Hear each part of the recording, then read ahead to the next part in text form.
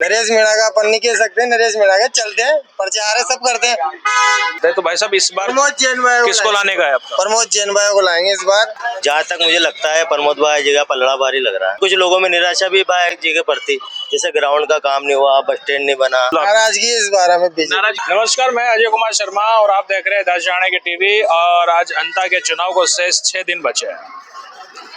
अब अंता की जनता निर्धारित करेगी किस प्रत्याशी को इस सीट का हकदार बनना चाहिए। और अंता की जनता यहाँ इस वक्त बहुत समझदार, बहुत शातिर नजर आ रही है अपने एक चुनाव को लेकर, अपनी एक चुनिंदा शख्स को लेकर।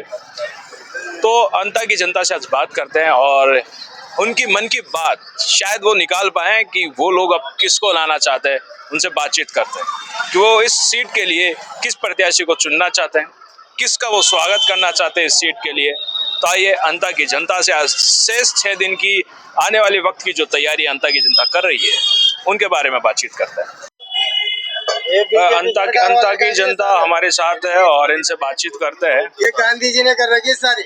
तो अंता की जनता से बातचीत करते हैं और चीजों को समझते हैं कि वो किसको इस बार लाना चाहते हैं। तो भाई साहब इस बार प्रमोद जैन भाई किसको लाने का है आपका? प्रमोद जैन भाई को लाएंगे इस बार। मेरा नाम हरीश लोरा है, मैं अंता मेन बस स्टैंड पर रहता हूँ।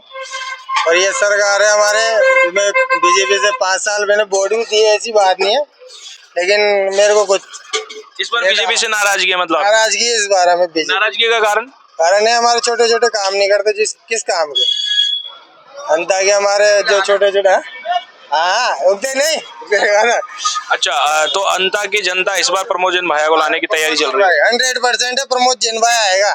फिर नरेश का क्या होगा? नरेश मीणा का अपन नहीं कह सकते, नरेश मीणा के चलते हैं, प्रचार है, सब करते हैं, ऐसी बात नहीं। प्रचार के लिए तो लोग तभी लगे रहते हैं, ऐसी बात नहीं, सब लगते हैं। प्रमोद जैन भाई को सपोर्ट करूंगा मैं इस बार, यही मेरा यह निवेदन। और सभी से निवेदन है, प्रमोद जैन भाई को करो, लोकल आदमी को सपोर्ट करो। ये है हमारे अंता की जनता। और भी लोगों से बातचीत करते हैं कि वो लोग इस बार इस सीट पे, अंता की सीट पे किसको देखना चाहेंगे। तो आप किसको देखना चाहेंगे? त्रिकोणीय मुकाबला है, प्रमोद भाया और नरेश जी मीणा, मोरपाल जी सुमन। जहाँ तक मुझे लगता है प्रमोद भाई जी का पलड़ा भारी लग रहा है। लेकिन कुछ लोगों में निराशा भी भाई जी के प्रति, जैसे ग्राउंड का काम नहीं हुआ, बस स्टैंड नहीं बना, बहुत सारे हैं। लेकिन मुझे जहाँ तक लगता है तो आने वाली सरकार में भाई जी जरूर काम कराएंगे। और सबसे अच्छा जो काम किया भाई जी ने, वो हॉस्पिटल बन गया, ट्रॉमा सेंटर बन गया। भाई जी का बहुत सारे काम भी हुए, लोगों में उत्साह भी, सम्मेलन करवा 21 से 21 जोड़ों का। तो जहाँ तक लगता है तो भाई जी जीतेंगे। तो क्या इस बार जो पिछले बीजेपी से थे, इस बार बीजेपी के वोट जो पिछले नेता थे उनसे प्रभाव होगा, उससे प्रभाव पड़ने वाला है इस बार? हाँ, इस बार प्रभाव पड़ेगा, भाई जी को डलेंगे वो वोट सारे। क्योंकि गाँव में जहाँ तक है बीजेपी के वोट डलते तो वो भी कांग्रेस को डालेंगे इस बार। तो जब बात करें उसकी अपने पार्टियों की, 3 जो अपने, एक निर्दलीय है, एक कांग्रेस है, एक बीजेपी के हो गए।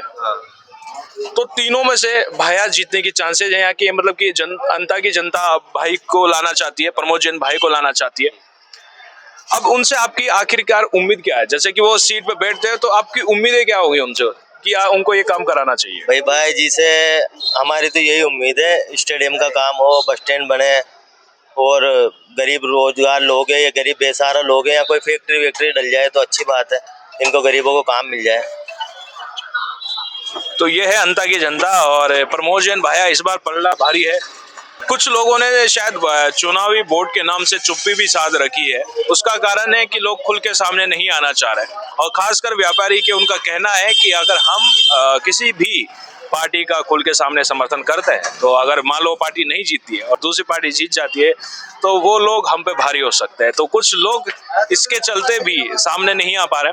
फिलहाल हम अंता की जनता से बराबर रुख करते रहेंगे, मिलते रहेंगे और बातचीत करते रहेंगे और पहचानेंगे कि इस बार आखिरकार इस सीट पर कौन बैठने वाला है।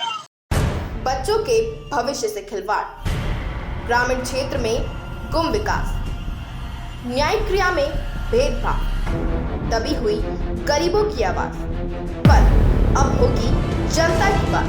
सड़क से पहुंचेगी संसद तक आवाज, सिर्फ